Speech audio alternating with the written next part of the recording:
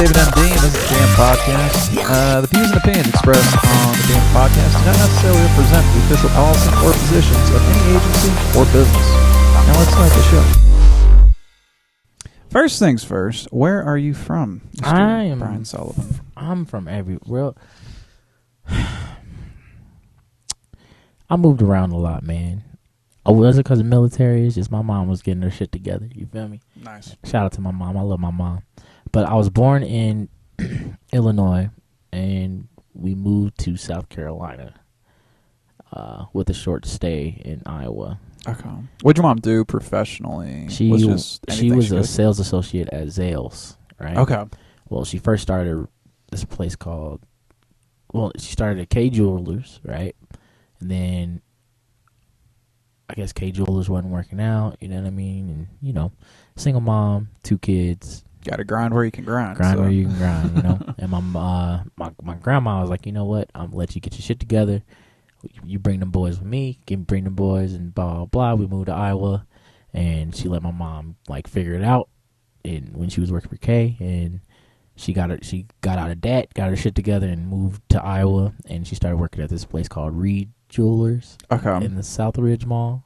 I'll never forget that shit because it was right up the street from my house. And we would walk there, you know what I'm saying? So, to visit my mom at work and shit. But, so we moved to South Carolina when I was, 5th grade after Illinois. Because, we moved away from Iowa because they were trying to put me on Ritalin. And my mom was like, we ain't having that shit. You on Ritalin would completely, undercut, everything that I know of you. Yeah, that's because that's me, 100%. Yeah. But that was me all the time. In class, They're trying to put all those kids on Ritalin, though, back in the 90s. Bro, yeah. You got a personality? Here's some fucking Ritalin. I always say, bro, we survived the biggest drug epidemic, Ritalin. Shit. Bro, the 90s kids, baby. It's not only were those that make you suicidal, also made you homicidal. You so, fucking Columbine and shit, yeah, but be easy. Take it easy, man. Take it easy. We're in starting hard. Yeah, but we moved back and forth. We moved from Chicago to Iowa, and then from Iowa to Chicago, and then the teachers went on strike in Chicago. So they're like, you got to go to school. You feel me? I was one time I was out of school for a month and a half. God damn. But budget cuts, all that shit. You know what I mean? So we moved to South Carolina when I was in 5th grade. Okay. And well, hold on. Okay, so we're about 5th grade. Yeah. Do you have any comedy inspirations or comedy stuff that you were watching, even though you weren't knowing you're going to go towards comedy? Yeah, man. I always when we were little, we didn't really have cable. You know what I'm saying? So we would watch UPN, WB. Oh yeah. So that explains the wrestling. Aficionado, all the time, right? So we only got the local station. So I grew up watching the Jamie Foxx show, In Living Color, Martin, Living Single, shit like that. Okay. And but that came on at nighttime, right? So we didn't have shit to do or watch during the day when we were home alone. You feel me? So my mom and my grandpa bought us these DVD, not DVDs because those didn't exist at the time. It was these VHS cassette tapes. Hell yeah, throwback, baby. Yeah, it was these VHS cassette tapes of Def Jam. Okay. Yeah, bro. So they're going hard in the paint. And me and my brother, we would sit up and watch Def Jam all day. We knew comics bits back and forth. We'd be like, I'm him. I'm Ricky Smiley. I'm gonna do Ricky Smiley's bit. You feel me? I'll do his set. See if I can do it perfect. And so we just watching that era of comedy, that style of comedy. Then my grandma introduced me to Richard Pryor. She was like, that ain't no goddamn comedy. Y'all think that's comedy? I'll show y'all motherfuckers comedy. Pull out that trump card, man. Right? So we went to she took us to Blockbuster. I'll never forget this shit, bro. She took us to Blockbuster, and my grandpa bought us a video game, and my grandma rented Richard Pryor live. Okay. And she was like, I want to see some real comedy. Come sit down and pop popcorn. And this is in elementary school? Yeah, bro. Jesus Christ. Yeah, bro. I'm fucking around. She sat us down. She popped that VHS tape in. We watched Richard Pryor live, and I was like, this motherfucker is so stupid. This is so funny to me. Yeah. Because, he talked about what we saw. We were still living around that shit. You know what I'm saying? Yeah. That is a very real comedian. Very real. What was weird is I was watching a documentary. They're like, that was mostly therapy sessions. Like the early parts of a bit, you didn't know you were watching a comedian.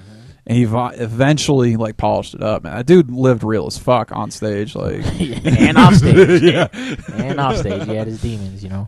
But those were like kind of my inspirations into getting started with comedy, you know what I'm saying? Like the Def Jam style of comedy, Comic View, Richard Pryor, Eddie Murphy. You know, like I love urban comedy. You know what I'm saying? And I thought that was what trumped all. You know what I'm saying? Nothing else mattered. Was, you know, if you wasn't them, you weren't funny to me or to our household. You know what I'm saying? Yeah. But like,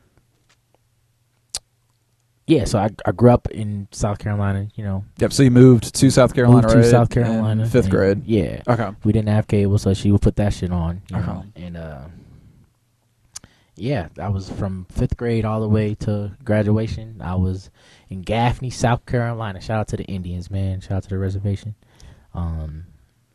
Yeah, that's where I'm from, and it's crazy. It's a very well, they late to everything industrial wise. You feel me? Like as far as the culture, they ahead, like music, style, you know what I mean, stuff like that. But like when it comes to like DoorDash, Uber, fucking Cash App, you know, like it's a lot of shit that they were a little late to, you know what I'm saying? As far as like the technological advancements, you know what I'm saying? Yep, so, yep. Like even like as far as restaurants getting touchscreen kiosks and, you know, like.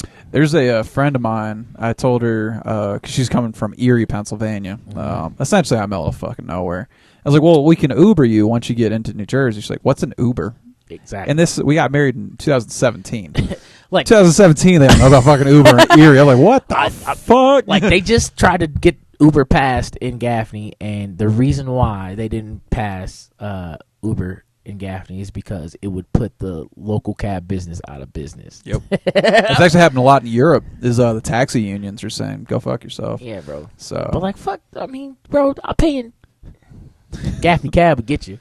But back in the day, all you needed was $5 to get to wherever you needed to be. Damn, dude. Give me $5, man. Give me $5. Sometimes they wouldn't even turn on the fare. You know what I mean? Like, hey, flat fee. Like exactly, bro. Like if you ain't have a car where I'm from, you fucked. Yeah. You could walk, but people gonna laugh at you. Sweating your ass off down south. Like Then they got this thing called red clay dirt. You ever heard of it? Yes. Yeah. Gets bro. up in the tires and shit, right? You get in your shirt, you gotta throw it away. God damn, is that Bro, you ain't getting that shit out. You ain't getting no red clay dirt out your shirt. You got on a pair of white Air Force Ones, and you got some orange Air Force Ones. Exactly, dog. You might as well them your trash shoes now. Heck yeah. Damn, dude. Okay, so in elementary school, and it sounds like when you got to, was it South Carolina? Mm-hmm. So listening to Def Jam, Richard Pryor, and everything, was that affecting when you were going to school? Were you starting to recite bits that you've seen on TV? Of course. Absolutely. That's a young comedian right because there. like we in the South too, right? So like they ain't really got cable either, so they watching the same thing we watching. You feel me? So like we would come, like they would do a reference, and I'd be like, "Oh shit, you know that reference?" And we'll fucking do the whole thing. I love that shit. Yeah, when people are in tune with each other, they know the references. I made some of my best friends off of just dumb TV references. You know what I'm saying? Hell yeah. Like, but yeah, like so that's how we got it. We love to laugh, bro. And Gaffney, like you ain't got nothing to do but play football, fight, have sex, and laugh with each other. It's a grand old time, huh? Man, yeah, bro. That's it. That's it. And then in class, were you class clown? Were you? I was disruptive. Okay. I was a little like, you know, you ever had that kid that had his own desk? Just away from everybody. Yeah, that was me, bro. That was me, dog. Like, I'm not even gonna lie to you, Miss Rivera. I'm sorry, Miss Rivera. I'm sorry. Personal message, Miss Rivera. I'm sorry. I apologize, but it's not that I was like disruptive. I was just bored. Yeah, I was bored. You know what I mean? Like super fucking bored. And I would like take the book home and read it, so I didn't have to pay attention in class. But like when like the teachers would get so pissed at me because they you know how like the teacher calls on you to try to catch you like not knowing what the fuck is going on so they can make a point. But like when I'm like not paying attention and he was like, well, why did I forget what we were reading, but like they try to put you on blast. They try to put me on blast. I knew the answer to it, and I was like, next question. And all she would say was, make sure you're paying attention. You feel me? Like I would read like it wasn't hard to me. Like English class wasn't hard. Now what fucked me up was math. Yeah, fuck math. Math used to kick my dick. You know what I'm saying? All the time, bro. Because like I said, we moved around a lot. Like we bounced back and forth. You know what I'm saying? And that's one of the subjects that really hurts. If you don't have continuity between grade 1 through 12. Mm-hmm. So many states are doing so many different fucking things. Yeah, bro. The left hand doesn't know what the right hand is doing. You know my math career ended at 9th grade, and I still graduated high school because I kept changing schools and states and everything, and they're like, we don't know what the fuck you're doing, so like here's some simple shit, and test into this. Literally, freshman year was my last. So I took my last math class in 10th grade, but it was a 9th grade class. So I fucking hate math so goddamn bad. And the thing is, we moved around so much, so I missed a lot of the fundamentals of math. Yes. You know what I'm saying? They teach you certain fundamentals in math, like how to get shit done. Like I just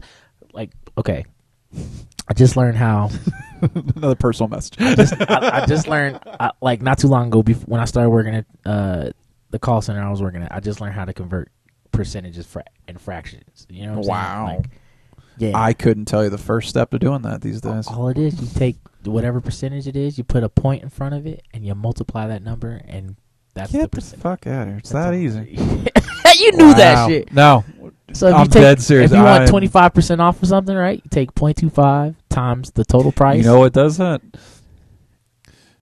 25% of 100.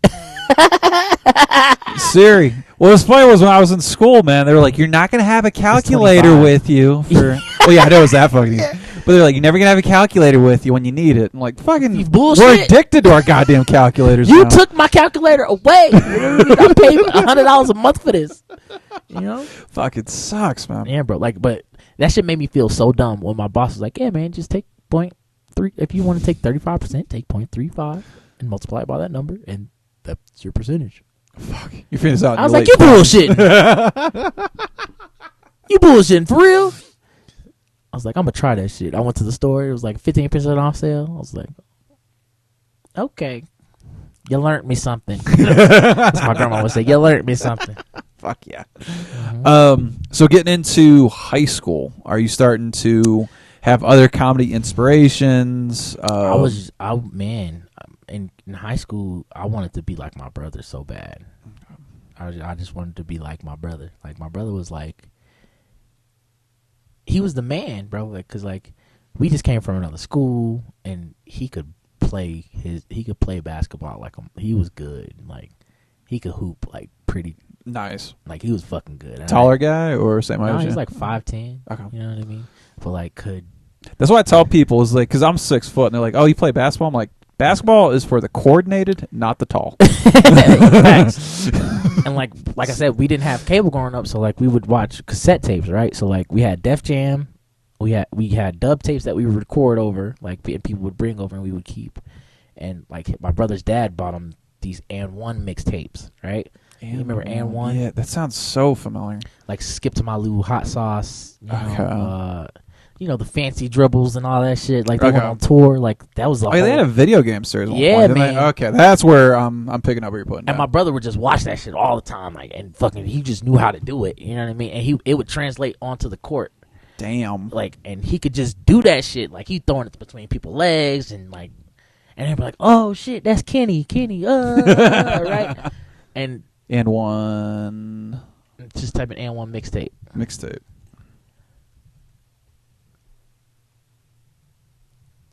Yeah, the PlayStation 2. That's what I remember. Yes, sir. This shit right here, bro. And my brother was he was naturally talented at it. You know what I mean? Fuck yeah. And people would come in like, yo, teach me how you did that. You know what I mean? And I'd just be sitting there like, I could play basketball too, you guys. You know? And like he would get invited to places, and I'd get left behind, and, you know, shit like that. So like I would just sit back and I'd watch like I was a very reclusive person. Like my type of thing is like if you don't come out to me, I'm not gonna come out to you unless you feel me. Like, but I've broken out of my shell now. I'm more of a social butterfly, you know. Yep. But like back in the day, I was just more like people in Gaff, they'll talk about you, man. Like they make you feel bad. Like they make you. You remember the girl called me ass crack, man. Yeah, that's right. Watch The Bomb this Thursday. This is dropping Tuesday. So ass crack, bro. Like, yeah, man. So like, fucking, I was known as Kenny's little brother. Like I didn't have my own identity, bro. Everywhere I went, everybody was like, oh, that's like if I would do something well. Like I remember one time, like I was wrestling and I was really good at wrestling. Like I wasn't tall enough to play basketball. I didn't know the system, whatever. I gave up on it, and I got pulled into play to wrestle. And like I remember, I made like the front page. I beat the number 10 guy in the state. Damn, dude. And like it was a big deal, you know what I'm saying? Because he had beat me in the beginning, and like when I wrestled him again, he couldn't score a point on me, right? And like so that put me in the fucking front page, and it's like, oh, the wrestling team, blah blah. And it was like Brian Sullivan, he won, blah blah, beat the number 10 guy in the state. And it's like Brian Sullivan, oh, you mean Kenny little brother? Yeah, Kenny little brother. You know what I'm saying? Like, oh, that motherfucker wrestle now. That's dope, you know? Bro, everywhere I went, like, oh, that's Kenny little brother. Don't he cool? Don't fuck with him. Were you known as the funny brother, or you just basically a shadow, just like always hanging out? People out like when I would get into it with people, like, you better go get your brother. You better go get your brother. Yeah, I just hate that shit. Like, I will though. You know. I hate that you said that, but he'll fuck you up. You feel me? Like, so like it wasn't like my brother and them was like the most gangster out there, but they just had a lot of respect. You know? Okay. So like they was the cool motherfuckers. So like, and then they was rapping and shit like that. So like me, I made my own path, but like people knew like, okay, that's they family, so you don't really fuck with them. Show them some love. You know what I'm saying? So hell that's kind of how like my high school career went. Like I would get girls off of being my brother's little brother. Hey. Bro, I used to hate being my bro. Like I swear to God, I was in 9th grade and this girl came up to me and she's like, "Ooh, you Kenny little brother, where he at?" They would always ask me, "Where Kenny at?" Right? And then I was like, "I don't know." And she'd look at me in the eyes. She'd be like, "I suck your brother's dick right now." I was like, "Man, God damn!" I swear to God, bro. Like I can't Where were lie. y'all when I was in high school, bro? Look at me. I swear to God, like I wouldn't lie to you. She would always like pull me aside, like, "Where your brother at? Tell him I'm gonna suck his dick." Like, damn. I was like, "Why you telling me to tell him?" Yeah, I'm gonna walk around with this erection now. Like, why wouldn't you tell me that? Like, tell me, I don't know. That's the level of rock star I wanted to be. She'd be like, "Well, he has a vetting process. I have to vet everything that comes through. I gotta give him feedback on your technique." So like, I can't just throw every random piece at my bro, brother. I swear, I can't lie to you about this, bro. I can't drop the name because she's probably in a relationship right now. But like, this girl would always pull me aside. I was in 9th grade. She was like, "Ooh, where your brother at?" God, I swear to God. I was like, "Damn, man, can I get some pussy?" Yeah, damn. You feel like, shit. but that's what it was. You had to earn it. You feel me? Like, but what like as far as inspirations to do comedy, is that what you really trying to say? Let's say I'm trying to weave like your trajectory in life and how it got like skewed over to comedy and how they became one and the same. Bro, like I grew up with a dysfunctional family. You feel me? You ever have a family that just means so well, but they don't know how to do it well? You know what I mean? Yeah, like, I'll plead the fifth, but yeah, I know. Yeah, bro. Like I love my family, bro. I wouldn't trade them for the world, dog. But everybody got they flaws. You know what I'm saying? Like it's a lot of inspiration from the environment that I grew up in. You know what I'm saying? Like, do you think that was always in the back of your head? Like someday maybe I'll get on stage. Someday I'll share this in one form or another. Bro, watching Kings of Comedy, that's what really was like, okay, this is dope. And they recorded it in Charlotte. You know what I mean? Yeah, Kings of Comedy. Fuck, I forgot about that shit. Yeah, they were, and we would have movie nights. So like every night, Comic View would come on. We started getting, like, my mom was doing well enough. My grandma had money. right? So she got Charter, you know what I'm saying? So she had the digital remote before the digital, you know what I'm Hell saying? yeah. Like, so we started, we came from nothing, bro. Like the bottoms, like the projects, you know what I mean? Like, and I know I fucking hate people who always, we got it from nothing. We came from nothing, you know what I mean? Like, but no, you didn't. Like, we came from, I'm not minimalizing nobody's struggle. I promise you, I'm not. Yeah. But, like, I know mine. You feel me? Like, when you growing up with 5 siblings in a household, you got 2 rooms? And yeah, shit, you like- got 2 rooms. You got your auntie staying in one of them, and your uncle in the front, and your grandma got a master bedroom, and you know we all trying to find how to make ends meet. Granddad out on the road, he keeping the lights on. He taking care. Like my grandpa, he is not any of like my aunties and uncles' fathers at all. Like, Damn. but he stepped up. He took care of them. He took care of us. You feel me? So like, I always respect my grandpa. Like, that's a man, bro. Like, and my grandma and my grandpa been married for like 20 years, dog, and they stayed together. And when I tell you they came from the bottom,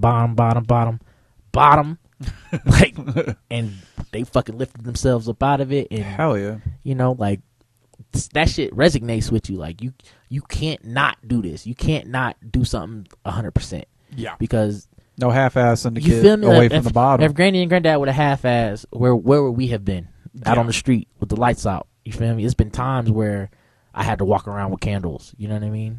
You feel me? So like, yeah, it's a reason why I like people always like tell me like, bro, you walk around with a chip on your shoulder. Like, why you walk around with a chip on your shoulder? Because I know what it's like to, you feel me? Not have shit, yeah. bro. Like, I understand you know what it's like to like struggle a little bit. I'm pretty sure everybody goes through a struggle, but I don't want to go back to my struggle No. at all. You know what I mean? So like, Want that to be a distant memory that and I'm so passionate about everything. It taught me to be passionate about everything that you do. My grandpa was a truck driver, drove trucks, still driving trucks. Damn. Right? But he said he was gonna be a fucking truck driver, and he drove trucks to the best of his ability. You feel me? Started winning awards, was always there, never late. Wow. Fucking, you know what I'm saying? Like, award winning. Nice. yeah, bro. Like, seriously, like, got plaques everywhere, dog. Don't even hang them up because he don't give a fuck. You know what I mean? Like, Put on top of the other ones. you know what I'm saying? Like, he would, bro. Like, and he ain't take no shit. Damn. You feel me? Like, and if the shit ain't clean when he get home, motherfucker, I just drove. To come to a dirty house. What? Let the house be dirty, granddad home. You crazy? Handing out concussions. Everybody get the fuck out to this house clean. How about that? How the house gonna get clean if we outside? Figure it out. Yeah. You know what I mean? You know? Wow. Like, for real, bro. Like, granddad did not fuck around. That was a man, bro. He is like. Shout out to my granddad. I'm sorry. You know what I mean? I'm on my soapbox, but It's all good. he showed me what it's like to like pick yourself up and go do it. You feel me? If you're gonna do something, you always do it 100%, as we always told me. So like, if you're gonna do it. Hell yeah. You know, and don't be no fuck dude. Don't be no fuck nigga. That's what he said. No fuck boy, huh? Yeah, don't be a fuck boy. You know? Okay, so we pretty much have learned the environment that you grew up in.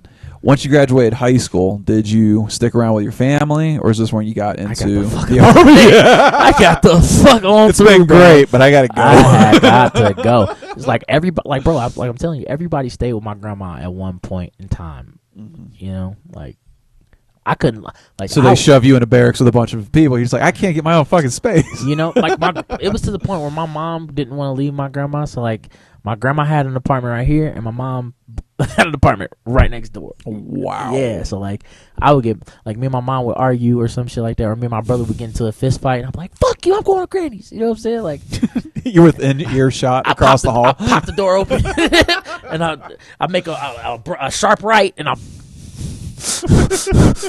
what's wrong, baby? Oh, so what? You know, you and Kanad, y'all just growing up. You know, like, she fucking make me a pallet on the floor, and she cook some cube steak. Hell yeah. And fucking, I can go for some cube steak right yeah, now. Shit. exactly. It was to the point where like I moved in with my grandma, and then like my mom was right next door. I didn't want to be at my mom's house because, like I said, my mom was always gone, right? And my brother and my cousins, they had really the crib. We raised each other. Okay. You know what I'm saying? So like, my mom wasn't always home, so like they would try to like son me. You know what I mean? Like, make sure you clean the dishes, right? and they like it's your day to clean the dishes. So like I clean the dishes, and then they invite all their friends over and fucking fill the dishes up with like shit. And my mom come home yelling, talk about why ain't the dishes done? Like I just washed the fucking dishes. You know what I'm saying? Like I washed all the dishes today. Kennard brought out, I ain't want to snitch that my brother had friends over and shit like that. So I'm just stuck. Shit! I had to, because if I did snitch, I got beat up. You know what I mean? So like, it was a double-edged sword. So I was like, I just moved with my grandma. So I moved in with my grandma. Nice. Like my senior year, like my junior year and shit. And then my mom bought a house, and she made me move up there with her for my last year. And I was thinking to myself, like, I love where I'm from. I love my family. I love Gaffney. But once I leave, it's over with. I ain't coming back. I'll come back to visit. Yeah. But And the shitty thing is, once you go back to visit, it's never the same. So, yeah. like, something just changes. And like I start missing it. I'll be like, I'm gonna come back. And my grandma always would tell me, like, before you come back, remember why you left, baby. Yeah. Remember why you left. And I'd be like, damn, you right. You know, and fuck my brother. You know what I'm saying? I love you, bro. But so getting into the Army, did you notice that? Did your personality change in regards to looking at comedy in a different way, or are you starting to be what's the military? So like the military came when I moved here, right? So like I left home to come here to go to college. I was supposed to go to CSU Pueblo. Oh, really? Right? Okay. Yeah, I was supposed to go to CSU Pueblo to wrestle, right? But I took on-campus ACTs at a college in South Carolina, Spartanburg Methodist, right? And I did very well. I scored very well, enough to get into the Spartanburg Methodist, right? But when I came out to CSU Pueblo, I talked to the coaches. They was like, yeah, just get your ACTs over, make sure you got your registration done, blah, blah, blah. So Spartanburg Methodist wanted to transfer my ACT scores over. So I couldn't go to CSU Pueblo. And so I met the coaches and all that shit for nothing. So it was like a year with me in limbo. And like I came out here originally to get to know my dad. So my dad was like, you know what, just you can stay here, room and board's covered, blah, blah, blah. You just go to Pikes Peak. So I went to Pikes Peak for like a year. And that shit was no bueno for me. No. Because like me going from having a structure, right? Making sure, like, my big cousin made sure I was going to school. My brother made sure I was going to school because he had bitches coming through. He'll be like, gotta clear this house, man. Yeah, bro, gotta clear the house. You know what I'm saying? Lock the front door while you leave. Yeah. So like, I couldn't be at the crib. You know what I mean? Or else they would know. And my mom, like, you better not be here. You feel me? When I get here, you know what I'm saying? Like, or if I come back for lunch or something like that, or I decide to turn around and take the day off, you better. Why you ain't at school? You know what I'm saying? So I forget where the fuck I was going with this. So you probably moved in with your dad, and there's no that structure to having all this freedom. You know what I mean? Like, I'm not going to fucking. You mean I can come here, put my name on a list, and get credit for coming to class, just staying here for 30 minutes? That's a bad idea. What? Yeah. I came in to class with my pajamas on, nigga. You feel me? Put my name down. Half awake. I'm gone. I'm gone. Fuck this place. Like, I remember I failed math because the time I had math class, all my friends would play basketball, like pick up in the gym. And the gym was on the way, like, the gym was on the way past my class. So I would see I'd be looking out the window and I see everybody walking past, going to play ball, like everybody, you know what I'm saying? People won't even have class right now. They don't even have class today. They coming in, they going to the gym and shit. And I was like, man, I'm finna go hoop. And my boy Berto would always come by and like, like, man, I guess I'm leaving class, going to hoop. You feel me? Going to play ball. Well, there is a math presence in basketball. Like 3-pointers, 2-pointers. You got to count up by two and shit. Percentages, all that shit. But yeah, so that caused me to fail. That caused me to fail math class. And so there's a direct correlation between those two. And then like I didn't have, like, my dad, like he tried, you know what I'm saying? Like he tried to show me some love, but like I coming out here was the first time me getting my license. It was the first time me fucking getting a job, all that shit. So you were out here before you got your driver's license? Mm-hmm. Damn. So. Yeah, man. I had just graduated high school. I was fresh, man. Like, I'm country. You know what I mean? We didn't fucking. If somebody had a car, it was dope. You feel me? Like. That's what I'm saying, because you said that if you didn't have a car, you're fucked in your hometown. So you were fucked. Yeah. And then I came here to where you're even more fucked if you don't have a car. You feel me? Because you can't go nowhere, dog. Everything is about 3 miles away. And I lived in Fountain, so if you didn't have a car, you lived in Fountain. There was no social activities. I had like. Because you're miles away from downtown. miles away from. I just wanted to get to class. You know that's I mean? True. Yeah, because that's north Colorado Springs, right? Yep. Fuck. And my dad, he was prior service military, right? And he went to school too. he went to Pikes Peak with me. So he's doing the VA loan, or was a GI Bill? He didn't even let me use his shit. I could have used his shit. I had to get student loans, a grant, and all that shit on my own. Damn. So like, I'm learning how to do that. You feel me? And he tried to show me a little bit of love. He was like, "Yo, you know what? My wife's deployed right now. You can use her Escalade and you can get around town." And I was fucking flexing, but I just told you what happened. When did I get my license? Yeah, 18. Yeah, when I just got out here. I just got my license and he let me drive an Escalade. I hope you weren't on 25 when shit went awry. Listen to me, bro. I wrecked his wife's Escalade, backing it out of the garage. Hey, I'll take that. Yeah, I remember I fucked that garage up. I destroyed that garage, dog. I'm sorry, Pop. I love you. And it was like it was like 4 a.m. I was on the way to the stunt. You know what I mean? I was on the way to get a it was, I got one of them late night calls. You know what I mean? So he let me use the whip whenever, you know what I mean? So I turn it on. I back up. All I hear is Escalades don't normally make that sound. on the side of the whole panel, like the garage wouldn't even close. Like it would go down and then come up, go down and then come up. And I was like, oh, I just sat there for like an hour, like, what do I do? I'm fucked. I just pushed the garage one time and it finally stayed down. I was like, fuck, I'm going to bed. Yeah. And then what the fuck? Nope. Bro, I called my homeboy Ivan. I was like, yo, pick me up, come get me for school, blah, blah. He's like, all right, cool. I remember I'm doing I'm doing an odd job or whatever. My dad calls me. He's like, hey, bring your ass home right the fuck now. I was like, oh, you found it. So I see, huh? Yeah. So like he let me. I was doing an odd job, and he let me drive his Cadillac. You know what I'm saying? Damn, to do the odd job. Balling a motherfucker. He just retired, you know. So like I'm living. You feel me? Like I went from nothing to like living in like he got like a 4-story house, like 3-story house. God damn. 3-story house. You know, basement, man cave. I got my own room downstairs. Was he an officer or enlisted? He was. He retired as an E7. Oh, okay.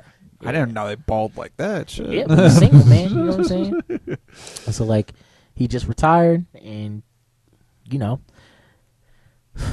He calls me to bring your ass home right now. And I'm driving his car and I try to like pull in. He's like, no, stop. I'll park it. Get your ass out. He's like, you gonna work this shit off, blah, blah, blah, blah. You ain't driving none of my shit no more. You ain't tell me. You can tell me about the bitches you fucking, but you can't tell me you wrecked my shit. And that shit hit me right in the heart. Oh. Yeah, that shit hit me in the heart. That's some real senior NCO shit right bro, there. That shit, I teared up a little. I was like, man, my fault, Pops. He's like, it's all right. Gave me a hug. He's like, you can't drive my shit no more, though. Yeah. So I'm like out here. I'm assed out. Like, yeah. You know what I mean? So like, I get into this like depression. I was like, fuck it. I'm joining the Army. Whatever. Fuck. So I joined the Army and, you know. So how was that? I'm trying to think. You guys don't have flights. You have units. Were you the unit clown? Were you like? I was a unit star, man. Like, okay. You know, it's always the peacock, you know. And like I had like high PT, you know. I couldn't shoot in the beginning when I first joined the Army. I couldn't shoot to save my life. Really? Like, I was one of the motherfuckers that like the NCOs had to like give extra rounds to, or to start punching holes in the fucking target. Yeah, they gave me, you know, and fucking that was a basic, right? And I was like, I'll never not qualify again. I'll never not qualify, like never, ever, ever, ever in my life. You know what I'm saying? So like, and then I just got good at that shit, bro. Like, Fuck yeah. I got good at shooting, like expert, like shooting 38 out of 40. You know what I mean? And like, that ain't bad at all. 38 out of 40. Fuck. Well, 37. Okay. I say 38 because one of the targets malfunctioned. You know what I mean? So it was 37, but Uncle Sam, you got it. Okay. Buy better targets. But like, I joined the reserves, right?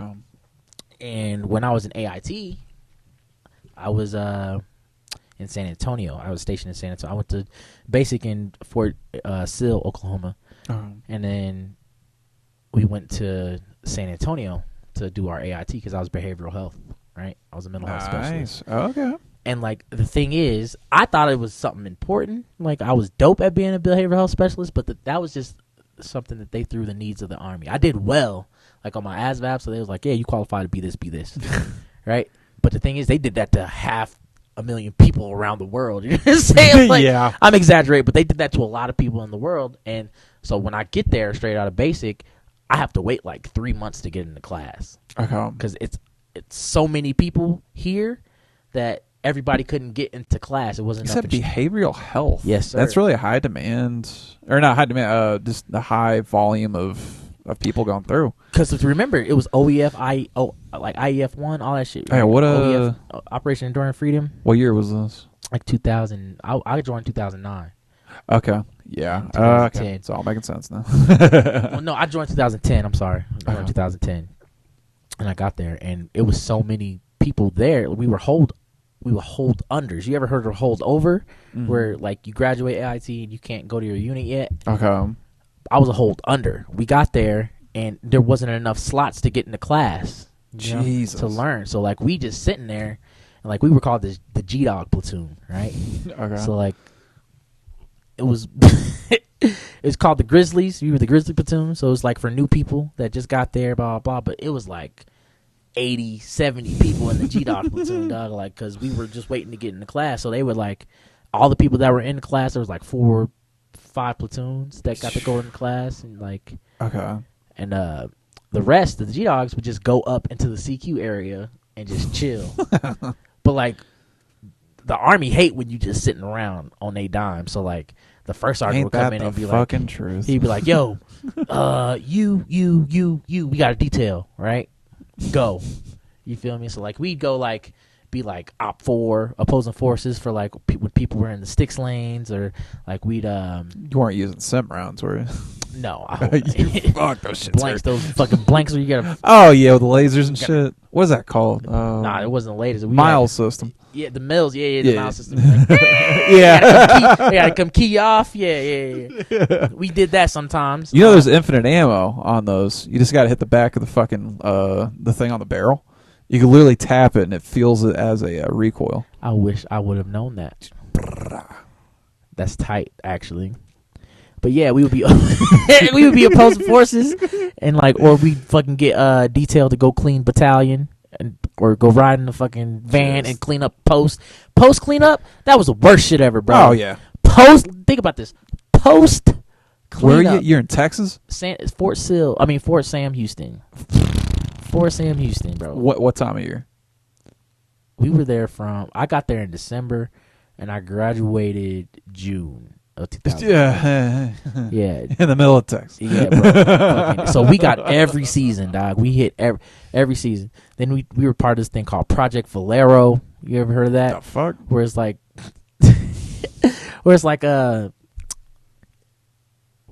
you like for Thanksgiving, they wasn't giving out like they weren't giving out leave for Thanksgiving. Yeah. They didn't give a fuck about that for Thanksgiving. You know what I mean? Mm-hmm. Damn, we were there. Actually, I was there from October to June. I was there from October to June. Okay. Right? So we were part of Project Valero, and it's where regular families feel bad. Well, in a nutshell, they open their homes to military who don't have families to go to, right? Yeah. And not enough people signed up for it. So when people don't sign up for things, what happens in the military? Oh yeah, you're fucking going. You get voluntold to do things. Voluntold. So everybody on the G-Dog platoon got voluntold to do the shit. You feel me? Like, bro, like, and me and my boy Taylor, I'll never forget. We get to this family that was like super Jewish. Not like, and nothing's wrong. Nothing is wrong with it. I promise. Nothing is wrong with it.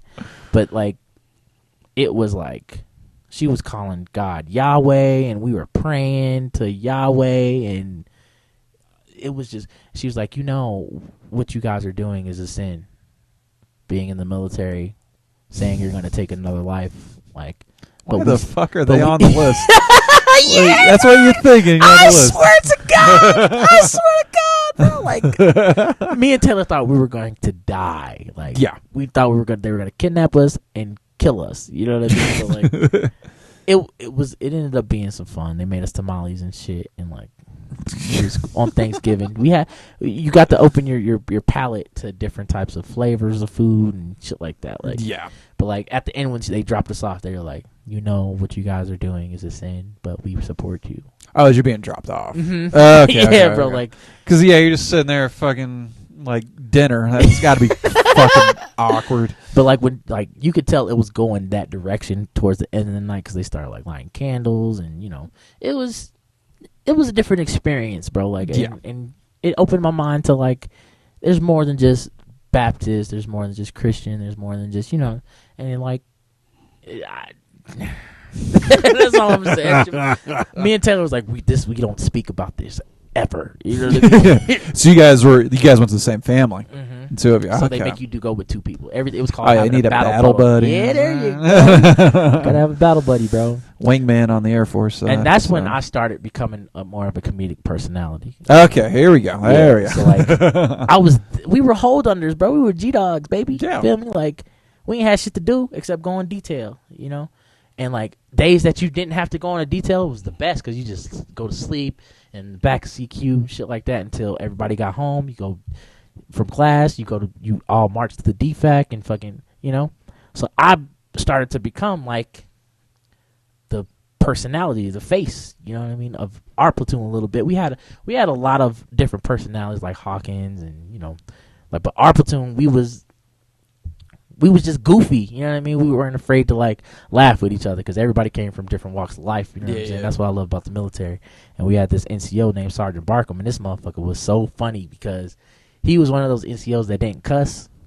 So like, this was such a weird group of people. Yeah, bro, like they were like rephasing the army, you know what I'm saying, to be more. Yeah, you said 2010. Yeah, more logical. Shit was changing. Yeah, bro. There were stress cars being invented and shit like that. Yep. So like in AIT, our sergeant was like, you know what, I don't cuss. You know what I mean? So if you heard him cuss, you fucked up. Yeah. So like, he would always like say something like, what in the hot ham are you thinking? What, like the hot ham? Hot ham, like daggone, and like he would say things like, he said, if you walking around without a battle buddy, you're wrong. You're wrong. It's two little kids holding hands in the woods. Two little boys holding hands. You're wrong. It's two little boys holding hands in the woods. Bro, when he said that shit, I was like, this motherfucker is a character, bro. Like, and he was on my ass all the time. Like, he would dephase me for no reason. He like, what's? He was like, who's the command sergeant major of the army? And I'll tell him, and he'd be like, okay, who's the commander in chief of the army? I'd be like, commander in chief of the army. He's like, dephased. Give me that. Give me. And like, it was this little phase badge you would have, like to give you little privileges and shit like that. He's like, if you don't know the commander in chief, you don't know the commander in chief of the army, huh? That'll mean you have the free. Yeah, you stupid, dumbass Brian. It's like, he say dumb shit like, who's the commander in chief of the Marines? Like, we don't fucking know the Marines. You know what I'm saying? It's still the same. Commander in chief is commander in chief. Obama. Just Barack Obama. Brian. Everybody like Brian Sullivan. Barack Obama. He's like, D-phase, give me a badge. But that made you better, you know what I mean? Yeah, like, fuck yeah. So like, shout out to Sergeant Barkham. I love Sergeant Barkham. But like, he would do shit like that to put me on Front Street. He'd be like, Sullivan, front sit, like, fucking come call Cadence, and like, That was my shit. I love call cadence, bro. I used to love that shit, and like I would just swag it out a little bit, and like I scream, yell, motivate. You know what I mean? Like, and I started to come out of my shell a little bit more and be like with speaking in front of people. It's like I said, we a G-Dog. There's 70 people out here. You feel me? And then. Which are a lot of the funny guys, a lot of the clowns and everything. Because we ain't got shit to do. We ain't got to worry about class. We ain't got to worry about nothing. We trying to get numbers. You feel me? Like, but you got to step up. We trying to figure out what we doing. We're at 1500 when everybody get here. You know what I'm saying? Like, we gonna go to, we going to the mall after this. So we ready. You know. So like, I would step out in front of the platoon and we just fucking have a good ass time. And it was like that was like a family, bro. Like, and I would do shit and like. It was just a dope time, man. Like, I got tasked with a lot of things, you feel me? So, like, it brought me out of my shell to, like, hey, you got to have some type of stage presence. If you got to use your voice. You got to have a command presence. Like, people, like, that's a lot that transitions into the stage. Like, you just talk. So, you think that's where seeds are starting to get planted and the trajectory starting to veer over? Understanding timing, you know what I mean? Like, because you got to be tactful with the words that you say, because... If you gonna crack a new army, if you gonna crack a joke to a first sergeant, that shit better be funny. Yeah, or he gonna drop you. First sergeant Moore will drop you. Like, and what I meant by dropping, he ain't punching nobody. You know, he would like make you drop down and do push-ups in front of everybody, or he fucking punish the rest of the battalion. Like, everybody who got a phase badge, take them off. Fuck, no pressure on that one. Everybody, Sullivan, you know what I mean? Like, you feel me? Like, it'd be shit like that. You know, it's about to be Full Metal Jacket here, man. Bro. Like, y'all ain't got no discipline, y'all ain't got no bearing, but I know who it is. Damn. Everybody look at me like,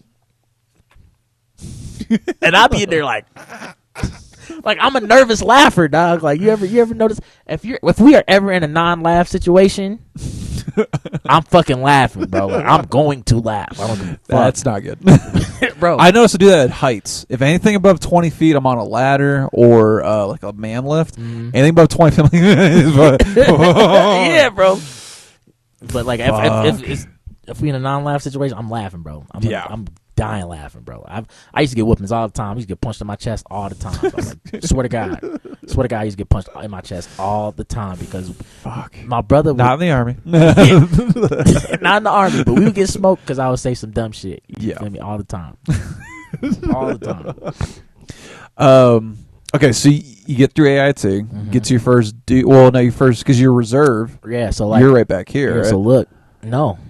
Yeah, I was originally, but like in AIT, like I said, I was there for how long? Like 7 months. Yeah, October to June, right? Longer than that, maybe, right? Fuck. I get into class in January, right, and then we fucking go through our progression. Well, I think February we got into class. Okay. And the original. Damn, you started around Thanksgiving.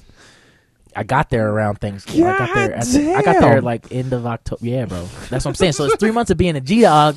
Like, you basically PCS'd into the AIT. Like, you feel me? Like, for real, man. This shit was real. Like, when this shit drops and they hear me talk about the G-Dog shit, there's gonna be a bunch of motherfuckers like, this is true. And damn, dude. Yeah, bro. And I fucking, you're there for 3 months. You gonna find a love interest. Oh man. When in AIT. You got an AIT, and I found this like fine, light skin, pretty curly hair, shorty with an attitude. Just got there. I'm the guy. I'm not gonna say I was the guy. You feel me? But people knew who I was. You know what I mean? And I'm killing it at PT. People are like, I'm calling cadence. The NCOs know me. Like, Sullivan, come, I do this. Yep. So she's starting to peep that a little bit too. You know what I mean? But like, she playing hard to get. And we fall in love. We're not even supposed to be, doing that. Yeah. And no like, commingling. Like, the female barracks was up there. My barracks was in the middle. So we would like, at nighttime, we would scream up at each other like, yo, what up? Outside the building. And then one time we got CQ together and I gave her my phone. She got my, like, I got hers. We started texting each other. And we got married. Oh, man. Yeah, long story short, we got married. When in AIT. Yeah, but she was active duty, right? And I was a reservist. So I got to go where she at. We got married, And you guys joint spouse probably. Yeah, man. Yeah. So she got stationed at Fort Hood, and yeah, right. That was like some of the worst but best memories of my life, bro. Like I love, like that's where I started fighting, and because like I was trying to like go active. I wanted to be active duty so bad. Like my dad told me, he's like, once you're gonna want to go active once you that's a hard transition, bro. It's so from reserve hard. to active. Yeah, if you're gonna do it, like if you're a reservist, don't be a reservist unless you're gonna go to college, bro, and you're gonna take college serious. So it was so hard to try to transition into active duty, bro. You had to get so many papers signed, and the reserve commanders aren't that on they shit because they in fucking Hawaii on vacation somewhere. You know what I mean? So like they part-time soldiers too. So like they get to it when they get to it. And like I would send paperwork up all the time, paperwork all the time. Try to go active, and fucking I couldn't do it. So like I went to the combatives facility trying to get a job. I told him I used to wrestle and all that shit. And my boy Ray Rod put me on, and I started instructing hand-to-hand combat at the Fort Hood combatives facility. And I met a lot of people, bro, like that just trained. I was like, that's their job. Like in the Army, you get you go to school to learn a trade, right? And then you get tasked with you can get tasked to do different things. And all these dudes were just like from different units, like mechanics, fucking scouts, fucking all that shit. And they all were combatives instructors in one facility, and they were the toughest motherfuckers I ever seen in my life. These motherfuckers could scrap, dog. Like you talk about like just raw talent in that building. Like the combatives team won the All Army Championship 3 years in a row. Damn. And I was on one of the teams. Like, out of Fort Hood. Okay. Yeah, so Fort Hood was the most badass installation from 2000. Judging by the news, you had to fight to survive. Yeah, from 2010 to 2012, Fort Hood was the place to be when it came to combatives, and I was a part of that team or whatever. You know? Hell yeah! But then I broke my jaw. Yeah, do we watch that? We watched that on the bomb. Yeah. Watch. Well, I don't know. Do you want people to see your jaw broke? It's fucking whatever. It is what it is. The bomb. It man, is what so. it is. I don't give a fuck. Okay, so you got your jaw broke. That was your first championship fight. Yeah. So broke my jaw, and then like I got depressed because I couldn't train. You know what I mean? Because that was the only thing that was keeping me sane. You know what I mean? Like, were you getting no contact orders from like medics and shit, or the facility wouldn't let me? Okay, wouldn't let me. Like, I could come in, I can watch and shit, like, but they didn't want that on. You know? Fuck no. Yeah, bro. Liabilities. Yeah, exactly. It's like I'm in limbo. We were training up for All Army. You feel me? Like everybody was coming together, trying out for spots. You know what I mean? And I'm in this depressed state, bro. Like. And I just was like, fuck everything, you know. Me and my ex-wife get into it, you know. So that fell apart since you guys got the. Yeah. So when I broke my jaw, that's when shit started, you know. Fuck. Yeah. So like I come back here to Colorado Springs, and I'm still in the reserves, so I still have to report there. You know what I mean? And it's rough a little bit. Like I just got out of my divorce. I just left. I'm trying to get my feet back wet here. You know what I mean? Were people putting that together? Like, man, you got a broke jaw and a divorce. That must have been a hard. It's a hard hit. Yeah. She slapped the shit out of you. But you so hard as divorce. You got a divorce. Goddamn it. Yeah. Fuck, man. So you get back to here reporting to the reserve unit in Colorado Springs. Yeah. Damn, dude. And then they were like, "Where the fuck have you been?" Like, because there was times where like Vegas. Yeah, exactly. That's called a callback, ladies. You feel me? I feel it. So like my unit was like, Sullivan, jeez, where the fuck you been at? You know what I mean? Like, because I would just reschedule training, like just do that shit and send it up because like I was at the facility, so they would just sign off on the paperwork and saying I did my duty for the, you know, and I would just send my paperwork in. So they've never really. I didn't have an NCO. I didn't have a squad leader. None of that shit. So when I showed up, I was, hey, I'm Brian Sullivan. I've been part of the unit for a year. How you doing? What? And they're like, yeah, you've been, yeah. AWOL's a motherfucker. So we get a new commander, we get a new commander and a new NCO IC, and this dude Master Sergeant Gonzalez. Shout out to Master Sergeant Gonzalez because he was the guy who fucking grabbed me by my neck and be like, "Yo, get your shit together. What are you doing? Like you, all right, you got divorced, you got the job broke, what the fuck ever. You still a soldier, goddamn. We ain't, still got to do this shit." So like, he was the one that made me like take on responsibilities in the unit. Like I had to do trainings, I had to do presentations, I had to do the fucking suicide prevention briefing every other month. Like monthly or every other month. God damn. He would send me shit like, "Yo, put this together. Put this PowerPoint together. You're doing this on this." You know what I mean? Yeah. And like he was the one teaching me how to like get up and speak. You know what I mean? Like and teach a task. Yeah. And that taught me a lot about stage presence and things of that nature. Because like death by PowerPoint. Yeah. My thing is when I used to do my PowerPoint presentations, like I do like checking for understanding. You feel me? Yeah. And then I'd ask people a question, and they'd be like, "Yeah, I got it," blah blah blah, and I hit them with a Snickers bar or some shit like that. Yeah. And like I toss it with like swagger a little bit. And people love coming to my briefings and shit now. And now I'm known as the briefings guy. Nice. And that.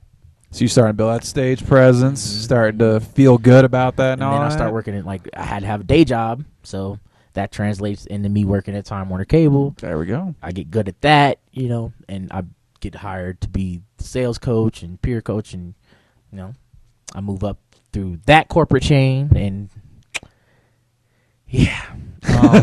So, all right, you're starting to build all these skills through calling cadence and AIT.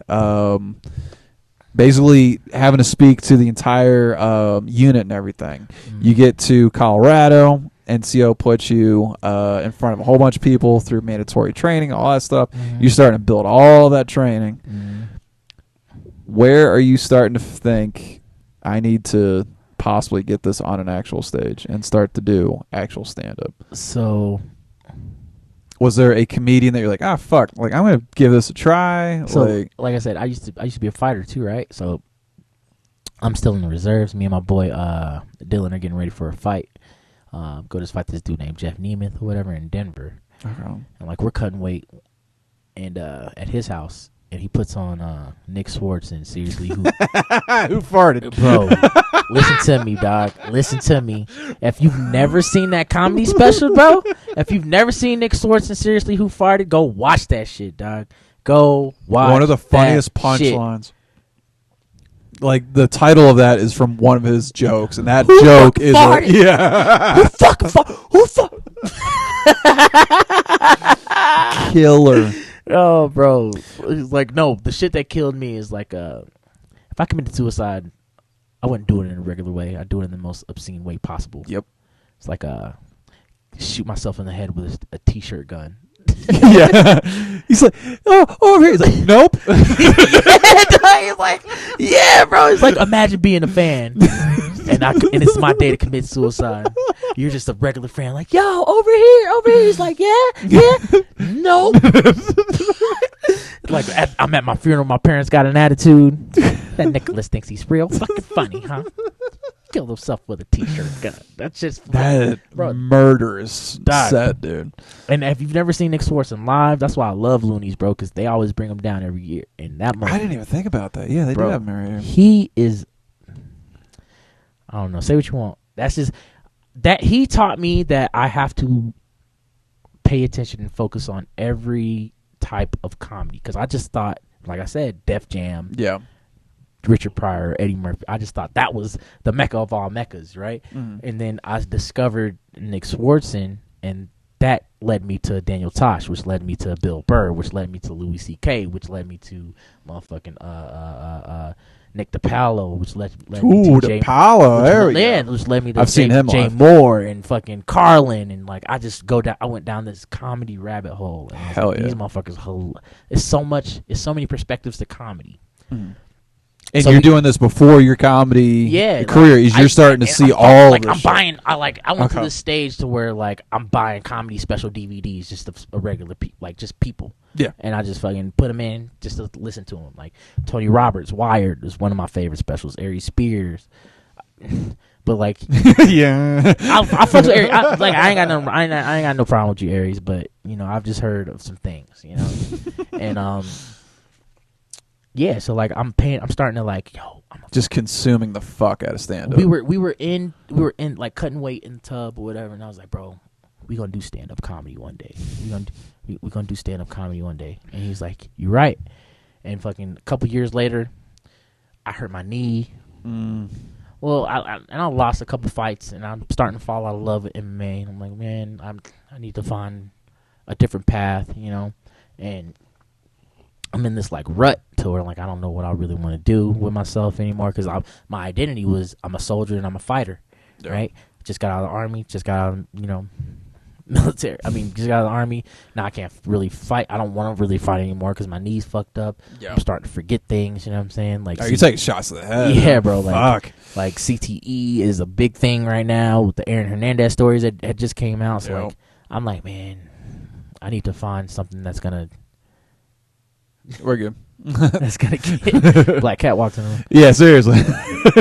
I never put that together, Luis. Get the hell out of here. So I was like, I need to find something that's gonna fill this void. I'm empty right now. You know what I mean? And my boy Dylan was like, yo, he had I think he had a meniscus surgery or some shit like that. Okay. And like he couldn't really train.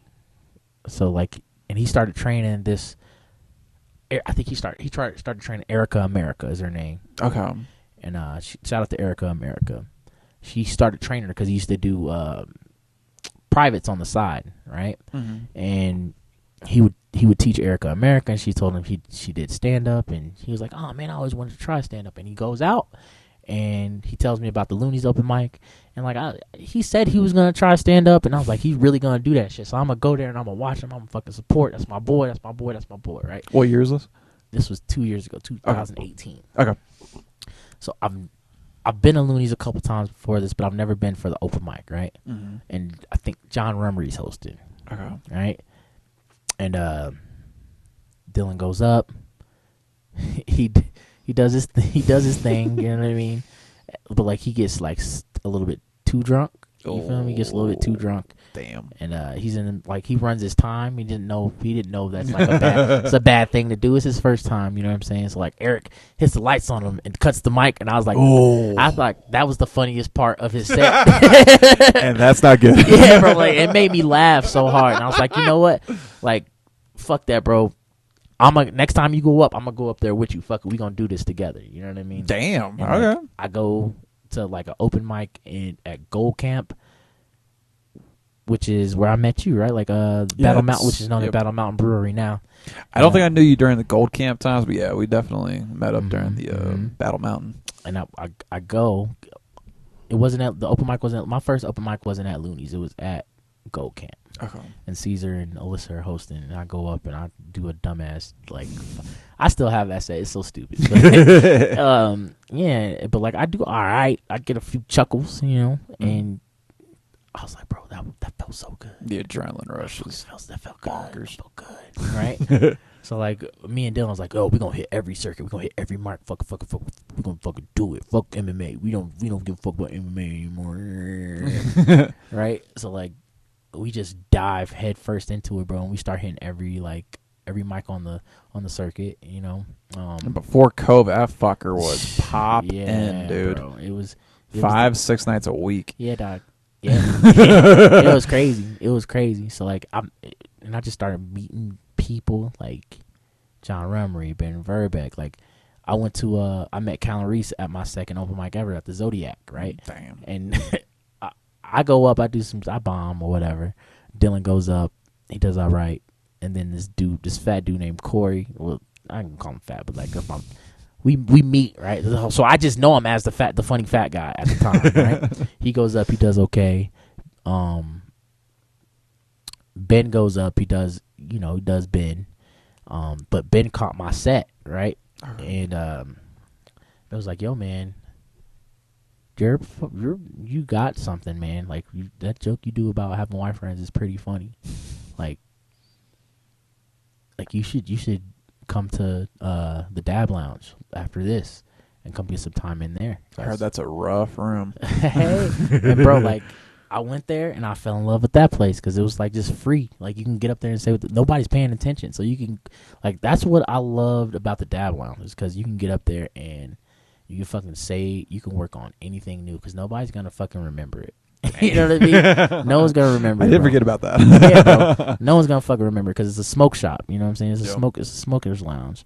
But if they are paying attention, you got something. You know what I'm saying? If you caught their attention and you hear from like the fucking deep corner of the fucking room, be like, oh, okay. You got something there, right? So I started going there and I started grabbing their attention, and Ben asked me to be part of me and Dylan be a part of their little group. You Got It, Dude. And we start hosting open mics there. We start hosting the showcases, and then Ben starts trusting me with booking the room. Yeah, bro, like I'm because he sees the passion that I had for comedy, right? Mm-hmm. Like I still have it. Not that I had, but like at the time he could see like, yo, this Well, this is a new thing for you, so you're just bro, like, fucking so relentless I'm with in it. Like I'm studying, I'm fucking looking up joke formula. I don't know what the fuck I'm doing, you know what I mean? But like I'm doing comedy. You know what I'm saying? I'm telling everybody, yo, I'll do a comedy. Come to the show. Everyone's like, yeah, I'll be there. Never show up. You know what I mean? But then I start doing well. I get together a type 5, you know, and I'm running that 5 and it's doing well, you know, and like I'm good. Ben starts letting me host with him on the showcases, you know, in front of the fucking touring comedians that he had coming through, bro. Damn. So he starts letting me and Dylan host, like, and then he starts letting the roster rotate, right? So on some Saturdays it'll be me and Corey. One Saturday me and Dylan. One Saturday it'll be Ben and Dylan. You know, we all started like alternating the shows, Friday, Saturday, shit like that, and it starts to like fucking pop. Like hell yeah. people are coming to the Dab Lounge to see us. You know what I'm saying? Like what the fuck? Like, and nothing saying against the Dab Lounge, but like if you go to the Dab Lounge, there's a certain type of person that goes to the Dab Lounge. Yeah. People that like to get high or people that ain't got nowhere to go. You know what I'm saying? People ain't got nothing better to do because there's fucking chess, tiddlywinks, fucking, you know, arcade It was games. Friday night too, right? Yeah. Friday and Saturday. We have both. Oh shit. We have both the nights going. You know what I mean? Like it would be some nights where it'd be dead or it'd be dry, but for like we fucking fill it. It'd be like 30, 40 people in there in the Dab Lounge just to watch the comedy show. Damn. And we start charging at the door. Like people are paying $5 to come to the comedy show, and we're like, what the fuck? Like, And this is less than 2 years in. this is me. In your This is me experience. 3 months in. What the 3 to 4 months in, bro. Like, yeah. Wow. And fucking, I start going to Denver, and like, I start making a name for myself, and you know, I just start doing that, and then the Loonies open mic happens, right? And then I was like, okay, you're bar good, you're bar decent. Can you go do this in a club? Yeah, now you're talking about a jump. That's like, oh shit, right? And then Johnny Bradsfield comes onto the scene, right? But he's been on the scene, but like he came on the scene when Ben had a beef with another comic, you know what I'm saying? And it kind of split the scene a little bit. Mm-hmm. So Johnny kind of laid low, and then shit started to pop again. We started seeing Johnny more, and every time, I promise you, bro, every time Johnny came and we watched Johnny perform, everybody would sit there and be like, oh yeah, do that shit. You know what I'm saying? Like, yeah. And I was like, bro, what the fuck? Who the fuck is this dude? You know what I'm saying? Like, this motherfucker's funny, bro. Like, he's funny, you know? And I ain't, you know, the type of person I am, and I gotta get over this. You know what I mean? It's just I'm just not a nut rider. You know what I mean? Like, I don't like riding motherfuckers' dicks or like telling people, oh, bro, you're fucking funny. Here's my number. He'll call me something like that type of shit. And he saw that, but he saw that I was working just as hard as everyone else. You know what I mean? Yeah. Or if not harder. You know what I mean? On comedy, he'd seen that I was writing. I was trying new shit. I was, you know, trying to have a unique voice, unique style, like stuff like that. Yeah. I wasn't good, you know what I'm saying, or where I'm at right now at that time. But Yeah. Johnny seen it, and me and Johnny just gravitated towards each other to start talking. And he was doing shit at Looney's, you feel me? And he told me to come through to the open mic, and I went to the open mic, and I did all right, you know? Mm-hmm. And he would stay in the club owner's ear a little bit. Like Eric gravitated towards Johnny way before he gravitated towards me. Because I was a knucklehead, man. I'd show up late and shit. It was times where like I'd show up a minute late to the open mic, and Eric would be like, nah. Yeah. Like, nah. I told y'all 6:30. Be here at 6:30 or else you ain't going on. Because at the time, the Looney's open mic, it would be like 40, 50 fucking comics, bro. Like, just coming through. Like, God damn. Yeah, I heard Tracy was saying like 2.5 minutes was like max some nights. Two Like, and a half, what the bro, fuck? it would be 50, dog. So where we'd have to interchange, like, swap hosts in the middle. You know what I mean? Like, because it was just a long fucking night. You know what I mean? Like, and it'd be so bad. Like, people getting up there reading memes. People doing, what, bro? Reading memes, Bro, I'm telling you, there was this one comic that would go up. She'd take a big ass fucking tablet and just read jokes she saw on the internet. The fuck are you doing? For 2.5 minutes, bro. It's called Facebook Live. Get the fuck out of here. Exactly. And then Johnny started getting frustrated. Johnny, and there was one other comic that was getting frustrated. Well, Ben. Right? Ben got frustrated too because he started going too. He was hosting regularly there. And I was trying to like break in or whatever. And Johnny made this speech one time. He was like, yo, you see how many comics there is on this list? Like, because Eric would do a speech before the open mic, give everybody the thing. But he was like, Johnny's got something to say. Just like, you see how many comics are on this list? There's 50 fucking comics here. But there's only like 10 comics that come to the other open mics. You guys need to get y'all shit together. Stop wasting everybody's time. He said that shit. He said it. And I was like, bro, I respect this motherfucker for that. You know what I mean? Like, I saw him drop that speech at 3E's about a month ago. And I was like, that needs to be the opening line every fucking time. Is we're on a great scene. You need to populate all of the mics, you fucking assholes. You know why? Because when people do comedy, bro, they don't do comedy to be a comic. They do comedy to say, hey, look at what I'm doing. Yeah. Look at me. I'm doing this. I'm on stage. If you're doing it at a named comedy club, yeah, bro. That's Look where at you get me. your jollies off. I'm at Looney's, right? Like, right? But like the reason why people would come to the open mic is because it would be fucking packed. Like, Yeah. And people want to get up in front of a lot of people, but you don't want to go out and work on your shit in front of Gold Camp on a bad night. Yeah, bro. Or the Dab Lounge over here. Fucking, you don't want to go to the finish line and risk getting shot. Dude, you know what I mean? Like, that night when you were screaming Seals, that night was just... happened? You and Tracy were doing... Baby! Dude, that night started like death and it ended like death. I was like, that's why I was like, this is where you earn your shit, yeah, man. bro. Like, and like you gotta challenge yourself. Like, Hell yeah. like, I'm not gonna do no material. I'm just gonna riff today. There's 2 people here. I'm gonna riff. I'm gonna make them laugh. Yeah. Right? And those are the things. And like Johnny would just do shit like that to like, or I'd be like, oh, okay, you got my respect there. You feel me? Like, and that's why like I just like when Johnny started like I didn't even know he was on Comedy Central. Yeah. Like until someone told me, and I was like, yeah, you got a Comedy Central credit, blah blah. But it all makes sense. Mhm. You're like, okay, we're Yeah, dealing bro. with this level Yeah, of dog. And talent. he made people hold themselves to a higher standard, and I was like, okay, well, if Johnny gonna do it, I'm gonna hold myself accountable too, and I'm gonna make sure people around me gonna hold themselves accountable too. Fuck yeah. Right? And I was like, fuck it, bro. If I'm gonna do it, I'm gonna market myself. I'm gonna brand myself. I'm gonna treat myself like a brand, and I'm gonna do this shit. And I put pressure on myself all the time, like, because when you're a black comedian, bro, like being a black comedian is hard. Like being a female comic is very hard too. I couldn't imagine. I couldn't imagine, but like, like what the fuck, you know what I mean? Like it's some pigs out there, you know. But being a black comedian is hard as fuck, bro. Like you don't get respect in the black community if you ain't got a new outfit on every chance you perform. Every time you perform or you taking a picture, you better have on a new t-shirt, new outfit, some new shoes. You better be talking about some shit that appeals to the black demographic. Or if you doing jokes that are natural to you, they be like, oh, well, you telling them white people jokes. You out there making white people laugh, blah, blah. Yeah. Right? And then when you come out and you try to black it up a little bit, white comics are like, oh, well, that's...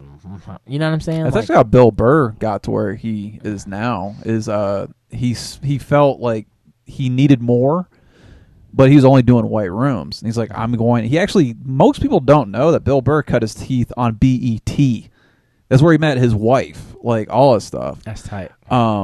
He looks for that challenge. That's tight. He's like, he jumped that gap there. Mm-hmm.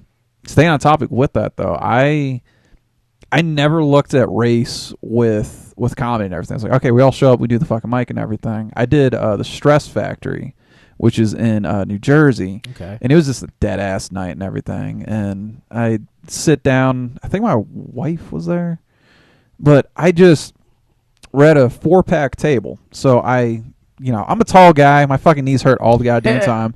I opened up the chair and I put my feet on it, and there was a black host, and he's like, "Look at this guy with his fucking privilege." Yeah, exactly, bro. And I was like, "Whoa!"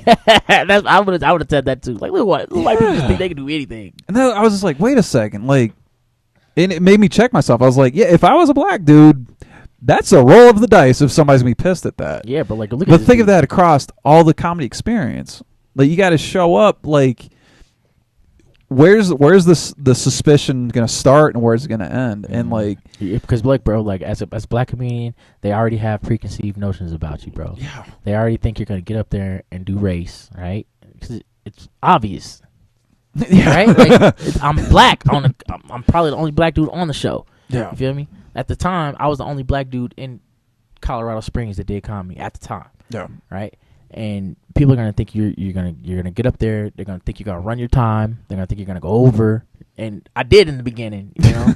And this dude, like, I remember I earned a guest spot, my very first guest spot ever at Looney's. Eric saw me and was like, "Yo, come do a guest spot tomorrow." God damn, Right? I can't believe that you've been in like 2 years at this 2 point. years, man. 2 Jesus years. Christ. And fucking Eric was like, "Yo, this dude named Slade Ham. He's military. Y'all hit it off. Blah blah." So me and Slade Ham, we talking, we having a good time. He introduces me to his feature. They're normally a 2-man show, so they don't really allow guest spots like that, right? Okay. So Slade Ham puts me on, and I run my time by a minute, right? I was supposed to do a type 5. I did 6:12 or some shit like that. Okay. Cause I got it on my phone, and like I do great. Like I do all right. You feel me? Like I do all right. You know. Mm-hmm. And I get off stage. Slade goes up. Sam goes, like, you know what I mean? Like they close the show out. I go over to Slade. I was like, "Yo, thank you so much. You know, try to do your thing. Like, thank you so much for letting me. Blah." He's like, "Yeah, you really should be thanking me for not cussing you out for going over on your time." Jesus. And he looked at me up and down and fucking walked past me, like I was nothing. Wow. And Eric was just in the back, like, That's the business, man. he's like, "Hey man, you're gonna get headliners like that, bro. Like think about this, bro. You got to think about this." Because he pulled me aside. He's like, "You can't do that shit." Like he was grilling me. He's like, Were you being lit and you knew that you were going overtime, or you weren't aware of? I was just having fun. I was just having fun, bro. Like I had the crowd. We were laughing, you know. But like, remember when you do a guest spot or when you're hosting, people aren't there for you, bro. Yeah. They're not there for you, dog. Like, you gotta understand that. And then, let's say that 1 minute you went over, you just took away a minute from either the feature or the headline That they paid for. that the fucking comedy club paid them to do, Yeah. right? Especially if it's on the first show. Yeah, you're fucking with the second show, being late, all that. Yeah, it's the fucking. Right. Woo. Right. So that's what Eric was telling me. He's like, "Yo, you did good. Except you ran your time. And like Sam Damaris pulled me aside. He's like, "Hey man," because he's a black comedian too. He's like, "Hey, you know why they coming down on you so hard, bros? Because like they expect us to do that. Down. They expect us to get up there and treat that stage like it's ours or some shit like that. You feel Yeah. me? Which it is. It's yours, but white people pay the bills here. You feel me?" I was like, "What the fuck does that mean?" It's like at the same time, bro, like they pay the bills here, dog. You gotta, as a black comedian, you have to understand. You have to do everything 10% better. Yeah. You have to articulate better. You have to perform better. You have to know the professionalism way better. You know what I mean? So like, This my little dumb shit putting out my fucking feet on a. I was like, God damn! Like, I knew that was like the tip of a enormous iceberg. Stuff you guys have to watch out for. Mhm. Just walking into the fucking door. So like ever since then, bro, I've been like, if I'm gonna do a guest spot, even if I know a military time, I'm leaving. Even if I know I'm leaving on a punchline, like leaving the punchline out, I'm Brian Sullivan. You guys, I'll get out. Yeah. of here. Because they're not here for you, bro. Nobody wants to take a picture with you for your guest spot unless you crushed them. Yeah. Unless you murdered But 9 times out of 10, the future's gonna get up and destroy, and then the headliners are gonna come up and fuck y'all. Like they paid to see him. You know Why what do I'm you saying? look familiar? Were Yeah, you a waiter? Oh no, you're the opening comedian. Bro, don't you know the worst thing is when you're on a show and like someone destroys, right? And like they're walking up to him like, "Yo, bro, you're really funny. You're really funny." And then they see you, they're like, "You were good too." Yeah. You were good too. I was like, "Oh, I want to be that." You know what I mean? Like, Well, the shitty. I catch myself doing this, but like people have done it to me. They're like, yeah, what was that bit you did? And you're like, okay, my shit was completely forgettable. Exactly. But the shitty thing with the way my comedy brain works is I could watch you and absolutely love 15 minutes worth, but yeah, if there is other comedians, I have to know. If you give me a punchline, I'm like, oh shit, and then my brain opens up. Okay, here's your entire set, like verbatim. Mm-hmm. But if you don't give me that one little like shoe in there, I forgot your set completely. It makes no fucking sense, man. But this shit, to explain that to somebody that I'm trying to compliment, it's a double-edged sword. Because some headliners be like, "Yeah, what was the best bit? Would you enjoy?" Like, fuck. Exactly. Bro. Like, don't just come up here and smooze me. Don't do that. Yeah. You know? And that's what I don't want to come off as. It's like I'm a legit like fan of comedy through and through, but it's just my brain stores things so differently that if you don't tell me one punchline, I can't unpack it in my brain. Exactly. So much information up there, bro. So much information, dog. Before we wrap up, I'm trying to get the entire damned experience there, though. But we've gone so far into what his major comedy. I can't believe you guys have only been in for like 2 or 3 years. You and Tracy, I'm just like, what? Yeah, me and Tracy Teach me together. all the things. Like, yeah, we started together. But so if I were to say, hey, let's go see Brian tonight, and somebody's like, well, who's Brian? It's like, well, he's a guy that talks. Is he autobiographical? Is he observational? Is he a mix of both? Yeah, I'm more of a mix of both, bro. Okay. Because I have stories that They say your childhood was kind of crazy. yeah, So. my childhood was nuts, man. I still got things I'm trying to work into bits on stage, but they're kind of like traumatic. So like, you know. But I find that to be the comedy that if I'm going to mind something, like it's observational, okay, I won't chase it that much. But if it's the deep stuff that you're talking about, like I have to find where the fucking funny is on that shit. Bro, So exactly. that's the most persistent stuff. My darkest stuff is the stuff I'm most persistent in writing. Yeah. I'm more of a like I'm not a race comic, but I am. Okay. You know, I feel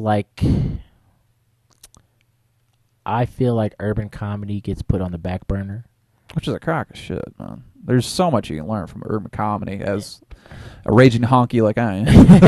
No, I just hate that when people are like, "Oh, Def Jam," they're not like the 85 South Show isn't funny to me. Like, oh yeah, it's not funny to you. It's not It's not supposed to be funny to you, bro. Like it's relatable comedy for everybody. It's the 85 South Show, so they're really talking to people on the East Coast. You know what I'm saying? But people on the West Coast, which about shit that people on the West Coast that can relate to. You feel me? Like, it's comedy from a hood perspective, because I understand that you had parents in your life. You know what I'm saying? I understand like I said, everybody probably have had traumatic things happen in their life, and I'm not minimalizing that. You know what I mean? But in urban rooms, bro, there's so many like different personalities and styles that you can learn from. Like, and people know how to talk they shit, bro. Like, people know how to like talk about family members, or they have observations that are going on in the black community. So the reason why you don't think it's funny, or you can't relate to it, is because you don't know what's really going on. And some people don't even know there's a black Twitter. Did you know that? I did. Proud of you, David. Proud of you. Whose podcast? That's the thing, is that's because I'm listening to so many podcasts. They're bringing up Black Twitter all the time. I forget. It might be Bill Burr. Yeah. Because he's all over the place with race too, and there's times where people like his SNL. I've brought this up numerous times on the podcast. With SNL, you can't just be like, "Oh, I'm gonna go see Brian Sullivan." You're put into a lottery, and whoever you happen to see that week. So you gotta think, people that don't know Bill Burr, and he's starting out his monologue with racial based stuff. They just see a white dude and they're like, "Hey, what the fuck?" Exactly. They don't. Who's this guy? So Right? Bill Burr runs that all the time. They see this white guy that they don't know as a mixed child with a black woman, like all this stuff. So they immediately just look at skin and they don't look at context. You clearly never seen his special where he talks about putting lotion on for the first time. Yeah. You don't feel me? I thought it was a dirty towel. He's like, "You're ashy." What? I'm ashy. He's like, "Give me your finger." The guy lean up against the chalkboard and shit. Yeah, God, I bro. love that fucking dude. Yeah, bro, that dude's funny, bro. Like bro, I watch. You people are all the same in AIT. Like, You people are all the same, and fuck, what's the black and white one? It's I'm sorry you feel that way. That is easily going to be my top 3 for the rest of my life. The one with the helicopter bit. No, when he was talking about his dad slamming the door, and his mom going, "Yikes!" You know what I'm saying? Shit, That yeah, was, dude. I gotta go back and watch all of his shit again. Or when he was talking about being at the airport and like watching fat watching fat people scratch themselves on that road. I think that was one of his first ones on Netflix. bro. Or he was talking about I've seen this lady at McDonald's, ate a McMuffin, wiped her face with the bag, bro. That shit, bro. Like that's. But if you look at it now, you realize that some of the like the high animation and all that stuff there. If he was only doing white rooms and only stuck on his like what you visually see of him, he would have never have gotten to where he was at, man. Yeah, and like I get it if you're a comedy technician and you're like to say white and black comedy exists is to be divisive of comedy, and that's true. But at the same time, it does fucking exist. But it also bro. dismisses the black experience. Exactly. Yeah. Exactly. I don't want like, bro. I'm so tired of hearing about people being stuck in traffic or hearing about, but like like everyone has a different perspective. You feel me? And it's. Don't minimalize the black perspective because you can't relate to it, and don't say it's not funny because you can't relate to it, because it's fucking hilarious to most people that can. Yeah. You know what I mean? Like, well, I think so. Like with blues, deep Delta blues was around for decades before mainstream America grabbed it. mm-hmm. Someday that's going to happen with black comedy. Is like, all right, as a white guy, I will never truly understand the blues. Like, It's the blues is about how it makes you feel. That's all it is, bro. But at one point, like that exploded into culture. Without the blues, you wouldn't have rock and roll, like all this shit. Exactly. I hope in my lifetime that happens with black comedy. Is like, okay, this has become this huge overarching thing. I get so frustrated, bro. I get so frustrated here because I'm like, do you know who this is? And they're like, who the fuck is that? I was like, this dude is a legend. It's like you don't know who you don't know who Arnez J is? That's crazy. You don't know. If you don't know who Deion, like, I understand Deion Cole just now got to where he's, but the motherfucker's great, bro. Like, that's one of my favorite comedians. I'm shitty with names. I'm pretty sure I know who he is though. Deion Cole. I'm sorry, man. I'm trying not trying to front. Look. Deion Cole. Dude, this guy is so goddamn funny. When he gets up there and he just stares at the audience, One of the best writers. and just pulls out that notebook.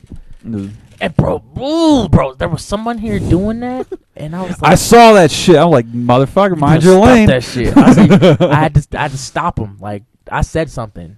He was like, well, everyone does a checklist. I was like, The fuck? They have their set list, and then but they're not using that as a prop. Yeah, bro. Like, and you literally come out with the same line that he does. Like, if y'all don't laugh at this shit, I already got paid, so I don't give a fuck. You know what I mean? Like, you literally. Yeah, that was saying an open mic, wasn't it? Yeah, that was threes. We're not gonna say no. We're not gonna, I'm not gonna name specific names, We're not but gonna name no names. We're not gonna name no names. but to do that's like a pull out a sledgehammer, thinking you're the first Gallagher. Exactly. Like, what bro. the fuck are you doing? You know what I mean? Like, I get it. You feel me? Like if you gotta use a prop in the checklist, just change it up a little bit. But if you've seen Deion, if you see Deion, you're not gonna even want to do it because he did it so well, bro. Like he did it well, dog. Like he did it. And most people don't even know he's a writer on Conan. He's a writer on Blackish. He's a writer. Like, this motherfucker's great. You feel me? Like, and that's why I gave him a chance because he has his own Netflix special, but I think 6 months before that he had like a 30-minute feature. And I was like, let me give this guy a try. And the first 5 minutes where he's just looking at the I was like, dude, where has this guy been? Bro, Turns out writing everywhere. Like, Chicago, bro. Chicago will teach you, like, you got to have fearlessness. You got to be fearless, bro. Because motherfuckers are like, nah, you ain't funny, Joe. You ain't funny. You feel me? Like, that's the type of shit, bro. Like just like in Vegas, if you don't believe in your shit, they not gonna fuck with you. you see that old ass white dude got kicked in the chest because he was heckling a fucking comedian for something? Bro. That's one of Dude the, got it's a fucked Vegas up. comic, man. A Vegas comic. Before we wrap up, how do you go from rough bit in your head to on the stage? Are you doing it on stage? Right on. So basically, I'll unpack that a little bit more. Are you sitting down for a specific amount of time each day and specifically writing? I try to dedicate at least 30 minutes to writing, 30 minutes to reading. Right? So like right now I'm reading Sam Tallent's Running the Light. I keep hearing good. I really gotta get a fucking copy of that. If you want to do stand up comedy, that's the one. Really? That's the one, bro. Because it tells all of his.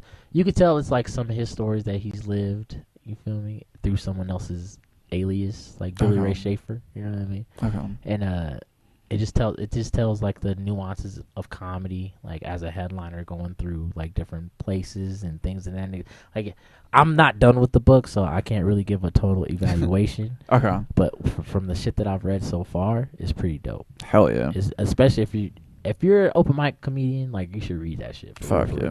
It's got like people aren't raving about it for no reason. Stanhope isn't telling you it's great for no reason, dog. Okay. So like check that shit out. Oh yes, I did hear Stanhope give him a shout out. Cal Kinane, all those guys. God damn. So you said 30 minutes of writing, 3 minutes of reading, and you're just going through kind of comedy writing books, or are you revisiting bits? Trying to like. Oh, so that's part of your reading aspect is reading old bits with that. When it comes down to writing, are you mining majority of the time? Because you said you're mixed autobiographical and observational. Do you find yourself a lot of times looking back in your own past, or are you trying to be... I'm trying to be more... I try to talk more about things that I've gone through now. Because like a lot of... Like when you do observational comedy, that means someone else can observe that too. Yeah. And they can go out and tell the same bit at this, and then it looks like you're stealing. And then you feel me? So like... When you write true to you, no one can steal that because that's what happened with you. You feel me? But if they do steal it, you know where they got it from. You know, and like joke thievery is gonna happen in the community. You feel me? Because it's natural. You feel me? People are gonna absorb things. You know, even the best of thieves eventually fall. Exactly. Carlos Mencia. That's what I was gonna say. Like Anthony Armstrong always told me this. He's like, don't never worry about someone stealing your bit because they gonna do it in front of the wrong people one day. Yep. One day they're going to do it in front of the wrong people. Because, like, think about it, bro. Like, if let's say you go on YouTube right now and you just look up stand-up comedy, right? And it's someone who doesn't have that many views or some shit like that, right? And you go and take that bit and you do it on stage, right? Mm-hmm. Let's say that bit kills and you crush it and you start touring and you start fucking doing your thing. People start knowing you for that bit. Eventually, you're going to either perform with that person. Yep. Or you're going to perform where that person has performed and someone from the crowd be like, hey, man, that's motherfucking blah, blah. You know what I'm saying? Or people come to like, yeah, we know that one. We've heard that one before. You know? So, like, what's in the dark is going to come to the light. So the second part of that I've thought of is, cool, you can rip all you want, but it's eventually going to come out in the wash that you don't know how to write a basic joke. Exactly. So you can run that shit for a couple years, but eventually someone's going to be like, hey, you got a new joke? And... you ain't got shit. Yeah, because you gotta start stealing some more shit. Right. So imagine you steal a fucking dope written bit, right? There's gonna be like a screenwriter. It's like, yo, I want to write with you, blah blah. Okay, and then y'all have a writers meeting. That shit's gonna be exposed and then you're like, so fast. Exactly, bro. Like that's what I'm like. What? No, you can't just go out there ripping shit because you can't be stealing a finished bit. Yeah, bro, and not know the grind of open mics and like the torment. Or you probably stole it when it wasn't even done yet. Yeah. There's so much that he it's probably been added on to that bit that people Polished even more. Exactly. But you know, a thief's not really going to go too much further with the polishing and everything. I mean, So. But from what I've heard, you know, I might ruffle some feathers with this one. But Oh dear. I might. I don't care. You know, it's just what I heard, and this is my perspective. So like, I can talk about it. I hate people who don't want like talk about things that are on their chest because they feel like someone else is going to like, oh, you shouldn't say these type of things because who are you? You've only been doing this. Well, I got 32 subscribers on YouTube. And that's it. Who are you to have this? Who are you to have this observation so young in? But like, there's a lot of headliners out there that are taking things and kind of re-rocking it or remixing it. You feel me? Okay. And like, you really can't do nothing about it because this motherfucker is nationally touring, right? This motherfucker has built a following, dog.